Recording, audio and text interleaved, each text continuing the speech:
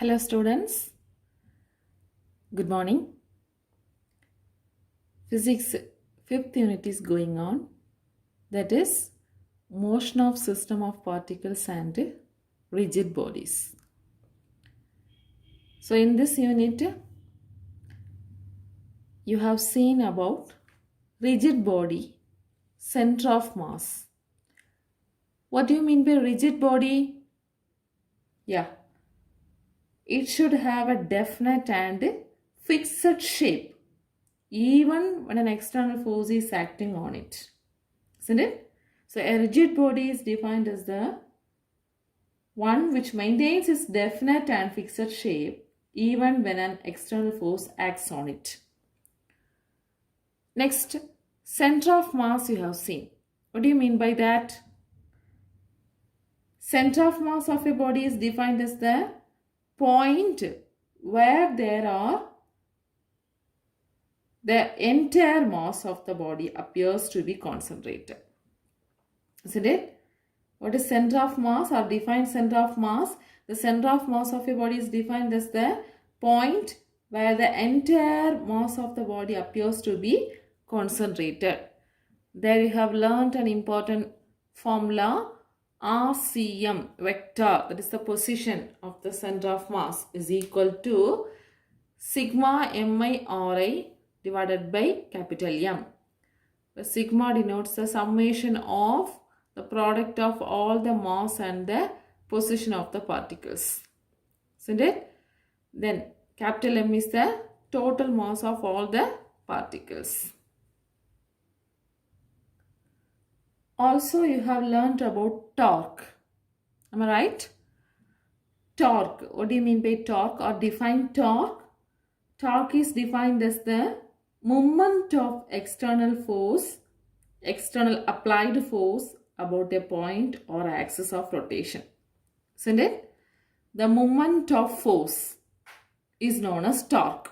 The moment of force is known as torque. It is denoted by the symbol tau. It is also a vector quantity. So tau vector equal to R cross F. R cross F. That means RF sin theta. Okay. Then you have learned about torque and angular acceleration. What is the relation between these two? Angular acceleration is denoted by the symbol alpha. Isn't it? What is angular acceleration? Rate of change of angular velocity is known as angular acceleration. Angular velocity is denoted by the symbol omega. Isn't it? You have learned in the second unit. So, alpha is angular acceleration. Then what is the relation between torque and angular acceleration? Tau is equal to I alpha, where I is known as the moment of inertia. What is I? I is known as the moment of inertia. What is moment of inertia? That is the sum of moments of inertia of all the individual point masses.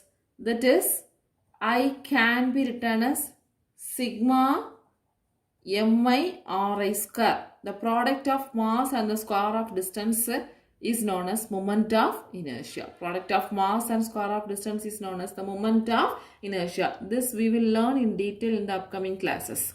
Alright. So these are the things already you have learned in the 5th unit. Today we are going to learn angular momentum. Angular momentum. Before that, what is meant by linear momentum? We know that.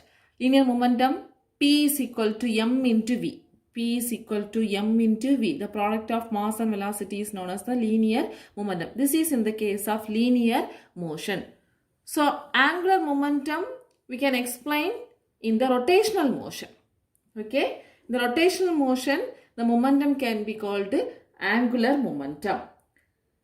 So, the angular momentum in rotational motion is equivalent to the linear momentum in translational motion. Understand? Angular momentum in rotational motion is equivalent to the linear momentum in translational motion. So what is angular momentum? The angular momentum of a point mass is defined as the moment of its linear momentum. What is angular momentum? The angular momentum of a point mass is defined as the moment of its linear momentum. Torque we have defined as the moment of force is known as torque, isn't it? So ordinary force we can say in terms of the linear motion. In rotational motion means we can say the word as torque. Similarly, ordinary motion we can say that the momentum is linear momentum. So rotational motion, the momentum is angular momentum. So we can say the angular momentum is the moment of its linear momentum. The angular momentum is denoted by the symbol L. L, the angular momentum L. This can be expressed as L equal to R cross P. So L is a vector quantity. So L vector is equal to R vector cross P vector. So the moment of linear momentum. The moment of P is known as the linear momentum. R is the distance. Isn't it? Position. So the moment of linear momentum is known as angular momentum. The angular momentum L of a point mass having a linear momentum P with a position R with respect to an axis is written as L equal to R cross P. So how can we rewrite this equation? Obviously this is the vector product, isn't it? Cross product. So A cross B equal to AB sine theta. So we can write L is equal to RP sine theta. L is equal to RP sine theta, where theta is the angle between R and P.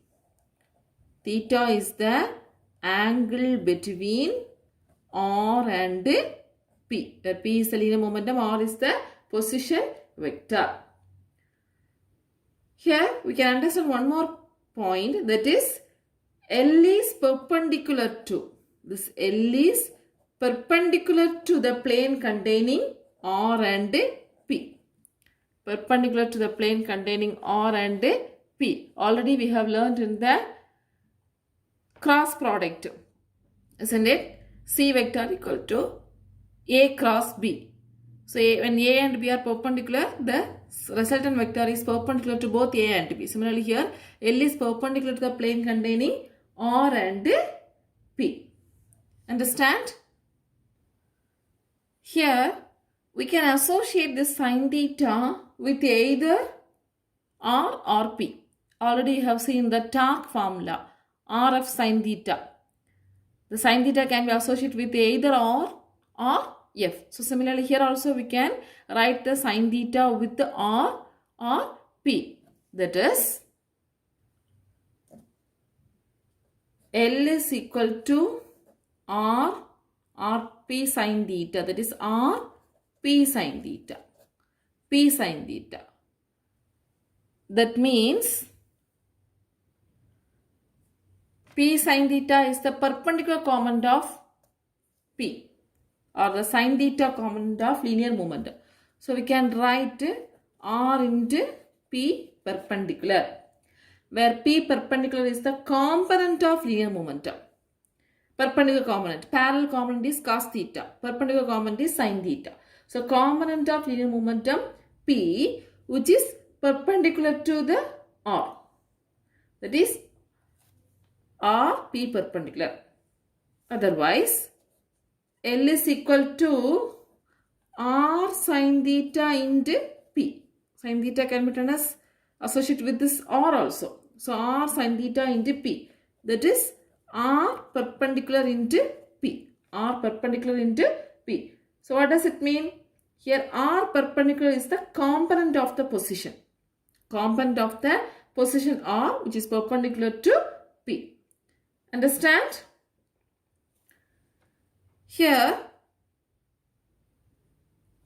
the angular momentum L can be 0 if the linear momentum P is 0, or if the particle is at the origin are equal to 0.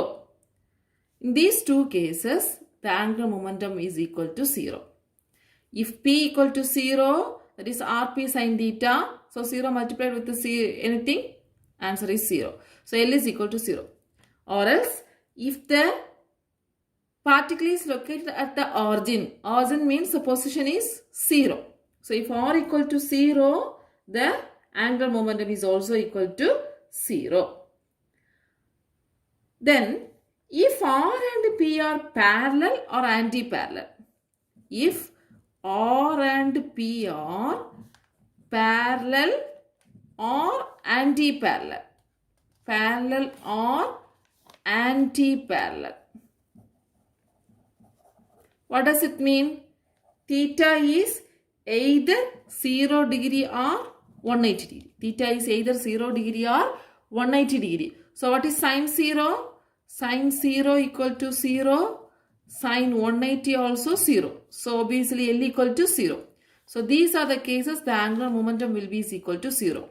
If P equal to 0, L is equal to 0. If R equal to 0, that is at the origin, L is equal to 0. If R and P are parallel or anti-parallel to each other, that means theta equal to 0 degree or 180 degree, then also L is equal to 0. Okay. So this is about angular momentum. Angular momentum means moment of linear momentum. It can be noted by the symbol L. L equal to R cross P or RP sin theta. Here in your book, one more point is added.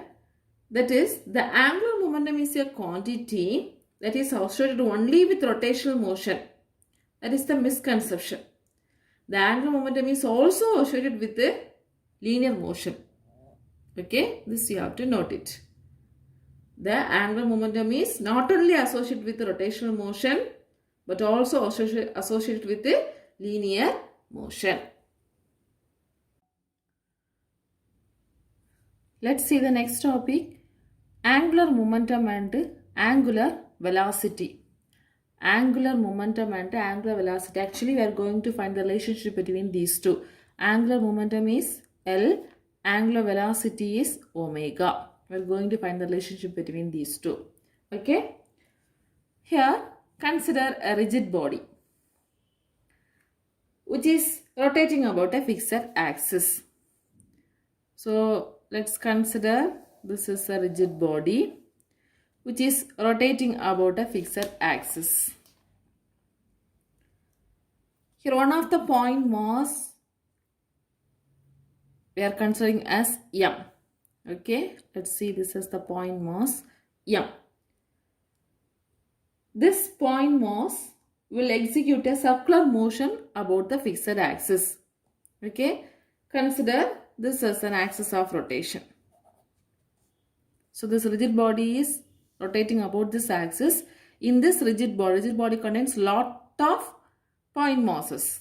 Okay, one of the point mass we are considering as M. So this point mass will execute a circular motion. Circular motion about this fixed axis. Right? Here, this point mass is located at a distance r from the axis of rotation. Okay? So, this is the axis of rotation. So, the angular velocity is considered as omega. When the body is rotating, it should have the angular velocity omega. Here, the linear momentum at any time, which is denoted as a tangential to the circular path. So I can draw the tangential like this. So this is representing a linear momentum. It is a linear momentum at any instant which is tangential to this circular path. Okay. Now where is the angular momentum acts? The angular momentum acts here. That is, which is perpendicular to R and P. L is perpendicular to R and P. That means it is directed along the axis of rotation. Along the axis of rotation. So the angle between R and P is 90 degree. Are you able to understand? So first we have considered a rigid body. This rigid body is rotating about a fixed axis. This is the axis. In this rigid body, first we are considering, usually we will consider a point mass, then we will use a summation to add all the individual masses. So a point mass M is considered, which execute a circular motion about this fixed axis. So here the point mass is located at a distance r from the axis of rotation. At this time, the linear momentum is represented by means of a tangential to the circular path. This is the linear momentum direction. So the angle between R and P is 90 degree. So obviously, where the angular momentum will act perpendicular to both R and P. That means it acts about the axis of rotation. This is the position, this is the linear momentum, and this is the angular momentum. Okay. So it is directed along the axis of rotation. So how can we write the angular momentum? That is L is equal to R cross P. That means RP sin theta. Here theta is equal to 90 degree. The angle between R and P is 90 degree. So we can write R into P. What is P? P is equal to M into V. So we can write L is equal to R into mv. L is equal to R into mv, where V is known as the linear velocity. M is the mass of the particle. V is known as the linear velocity. M is the mass of the particle. R is the position vector. Understand? Now, the angular velocity is actually omega, isn't it? What is the relation between linear velocity V and angular velocity omega?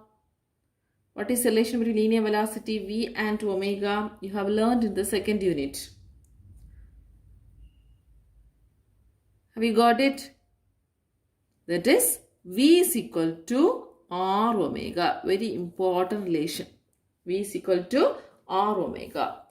This we are going to substitute the previous expression. What is the previous expression? L is equal to R into mv. R into mv. In this V, we are replacing by means of R omega. Okay. So, L is equal to R into M into what is V? R omega. So, we can write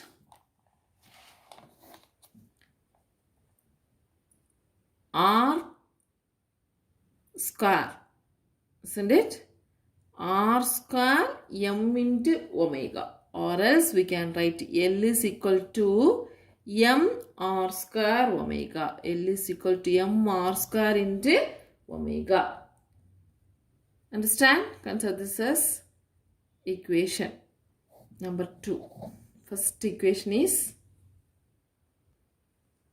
L equal to RMV. When you are writing in a vector notation, L vector is equal to M R square into omega vector. Here what is M R square? Already we have discussed this term. That is the moment of inertia. Moment of inertia of a point mass. Moment of inertia. It is denoted by symbol I of a point mass, that is equal to the product of mass and square of the distance, I equal to M R square. Am I right? First we have considered only the point mass. So a rigid body is made up of many such point masses, isn't it? So moment of inertia of a rigid body is the sum of moment of inertia of all the individual masses. All the individual masses. That is, I can be written as sigma mi ri square. Sigma mi ri square. That means m1 r1 square plus m2 r2 square plus m3 r3 square plus etc. mn rm square. If the rigid body contains n number of particles, we have to add all the n number of moment of inertia. Isn't it? So, the angular momentum of the body also can be written as L vector. Angular momentum of a rigid body is written as L vector is equal to sigma I equal to 1 to n mi ri square into omega. This is for one point mass. This is for the whole rigid body. We have added all the masses. Okay. So, mi ri square into omega. So, obviously, this can be replaced by means of the moment of inertia of a rigid body. I, L vector is equal to I omega vector. L vector is equal to I omega vector. So, this is the relation connecting angular momentum and angular velocity. Angular momentum and angular velocity. Understand? First, we have written L equal to R cross P, angular momentum. Rp sin theta, here theta is 90 degrees. So, sin 90 is 1. So, R into mv, where P equal to mv. Then we have substituted the relation between linear velocity and angular velocity. So, V is equal to R omega. We have substituted L equal to R into M into R omega. That is R square M omega, or we can write M R square omega. The term mr square is nothing but moment of inertia of a body, of a point mass. Summation means we can write moment of inertia of a rigid body. So, L is equal to I into omega. Understand?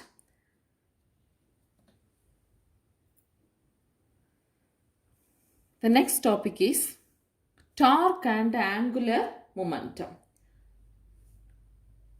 That is, we are going to find out the relationship between tau and L. Tau and L. Okay. Let's see. So, the angular momentum of a rigid body, we got it in the previous expression as L is equal to I omega, where L is known as the angular momentum, I is known as the moment of inertia, and omega is known as the angular velocity. Omega is known as the angular velocity.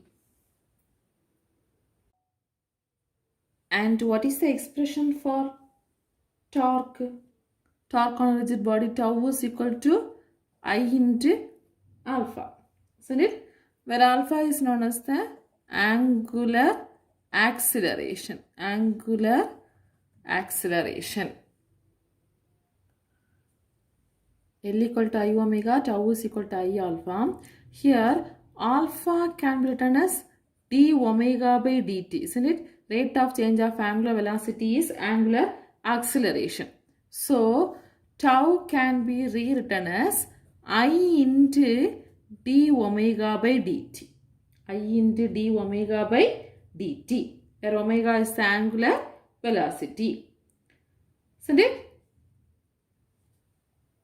So, now this again can be rewritten as, that is, tau is equal to d by dt of I omega.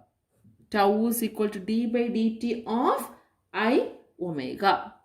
So, again, tau is equal to d by dt of, what is I omega? I omega is L. So, we can write tau is equal to d into L by dt. D into L by dt. That is, tau is equal to dl by dt. So, this is the expression connecting torque and angular momentum. Torque and angular momentum. So, what does this expression says? That is, when the external torque is acting on a body. There is an external torque is acting on a body about an axis, produces the rate of change of angular momentum. Tau is equal to dl by dt. Torque is equal to rate of change of angular momentum. So, when the external torque acts on a body, produces the rate of change of angular momentum. So this is in similar with Newton's law. What is Newton's second law? That is F is equal to dp by dt. dp by dt. The force is equal to rate of change of linear momentum. Isn't it? Force is equal to rate of change of linear momentum. This is in the case of translational motion. Translational motion, and this is in the case of rotational motion. Rotational motion. Understand? Tau is equal to dl by dt. It is similar in the case of F is equal to dp by dt in translational motion. Clear? Yes. From this, we can learn the conservation of angular momentum. Conservation of angular momentum.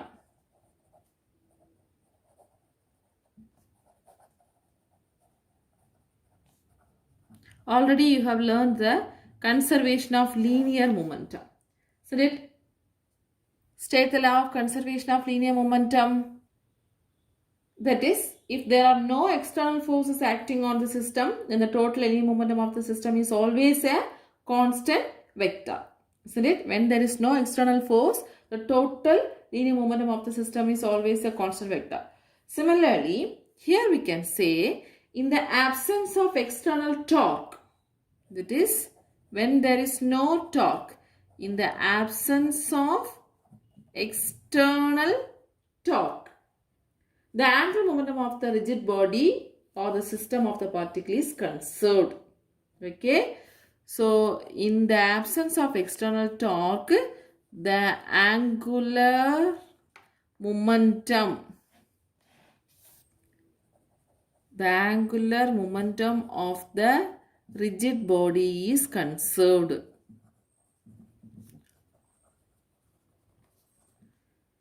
That means if tau is equal to 0, then we can write tau is equal to dl by dt. Tau is equal to dl by dt. If tau is equal to 0, then dl by dt is equal to 0.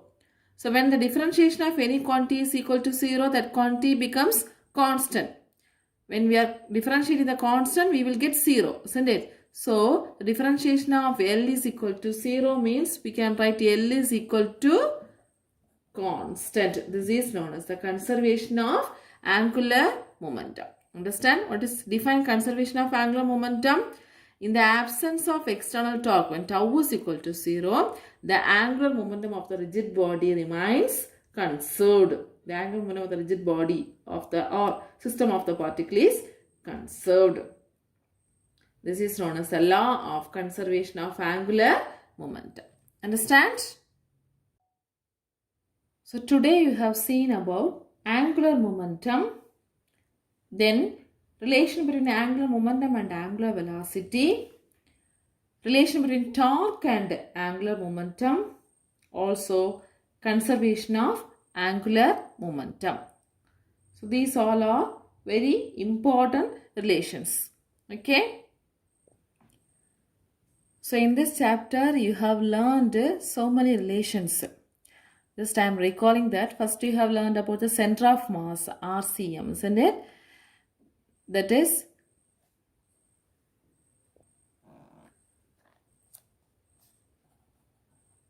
sigma mi by m. So this is for center of mass. RCM equal to sigma mi by m. Then tau is equal to R cross F. Tau is equal to I alpha.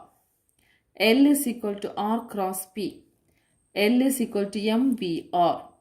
L is equal to I omega. Tau is equal to dl by dt. I is equal to mr square. So these are the relations you have learnt, where tau is the torque, R is the position vector, F is the force, the moment of force is torque. Here I is the moment of inertia, alpha is the angular acceleration, isn't it? Then L is known as the angular momentum and P is the linear momentum. Moment of linear momentum is angular momentum.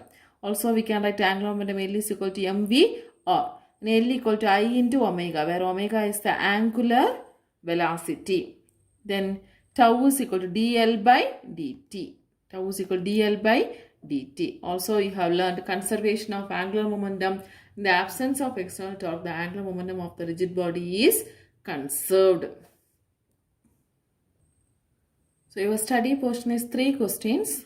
That is, what is the relation between torque and angular momentum? Then, state the law of conservation of angular momentum and obtain the relationship between angular momentum and angular velocity. I hope you have understood today's class. Let's meet in the next class. Thank you, students.